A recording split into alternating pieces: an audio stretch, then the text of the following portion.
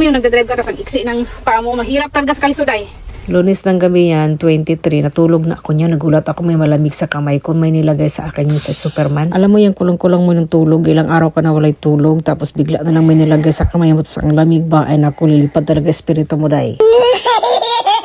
Ang sabi niya, inumin ko raw talaga lahat yan kasi gamot daw yan sa bago pa magkakasakit ang tao. Kung masama na yung pakiramdam mo, ay inuman mo na raw yan. Tapos ang lasa niya ay parang ugat-ugat na mga baliti na iwan.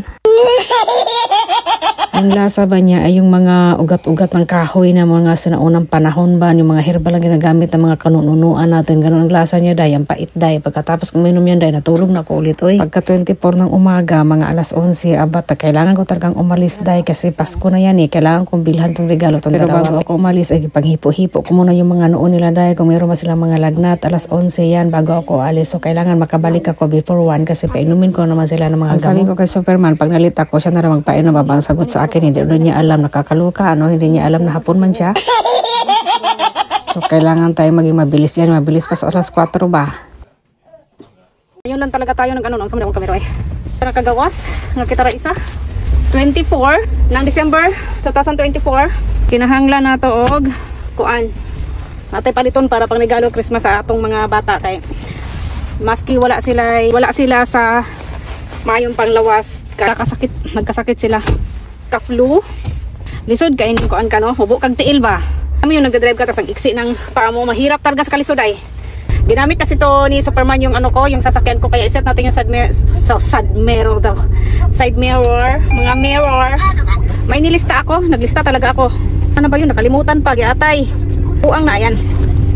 Naglista talaga ako sa mga bilihin ko para lang may maihanda sa lamin sa good. Wala namang masyadong kakain kundi mga bata lang para lang ma-feel nila yung spirit of Christmas kahit wala sila sa ngayon, wala sa mood or not feeling well ba sa English. Kaya maghanda lang ako ng konti lang, isang piraso lang. Ang importante makabili ng regalo sa kanila. Dito kasi sa Japan may mga regalo sa mga bata na yung nakabalot sa mga boats ni Santa Claus. Yun ang bibilhin ko dahil yun talaga ay pag mayroong gano'ng mga bata ay mafe-feel talaga nila yung Christmas Jude, diba? Tapos yun lang. Tapos ang gagawin ko nga pala, ang unahin ko ay pupunta tayo ng bangko. Pupunta na bangko, magpabarya-barya ako ng tigpa 500 kasi araw-araw yun ang allowance ng panganay ko. Hindi kasi siya ang humawak ng pera sa sweldo niya. Binibigay niya sa amin, tapos binigyan ko lang siya ng allowance. Baliban pa yung everyday niya allowance, meron din siyang allowance, pero sa totoo lang, pera niya yun. Ayaw lang niyang humawak dahil daw, tawag nito, baka daw hindi niya ma-budget ng maayos at hindi siya makaipon. Yan lang, na-share ko lang. Walis na tayo. Nandito na tayo sa harap ng bangko. Magpapaano tayo, magpapabarya tayo kasi gamitin. Marami tayong lalakarin ngayon. Kailangan before mag-1 ay makakauwi na tayo. Mag-alas 12 na dito.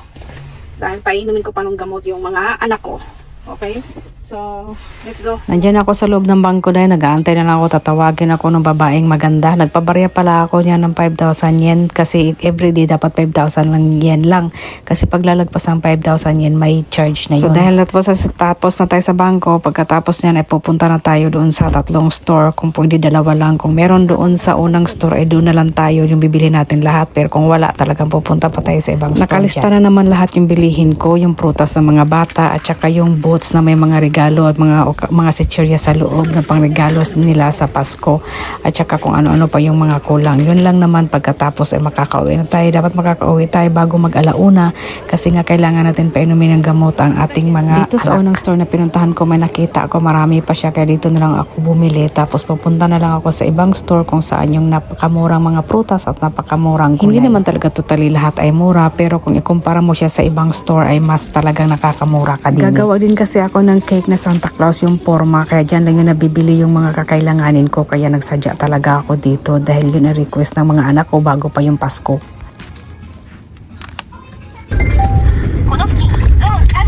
Uwi na tayo guys. Hirapan pa naman dyan ko sa kalisod aning park niya dito giatay ko das.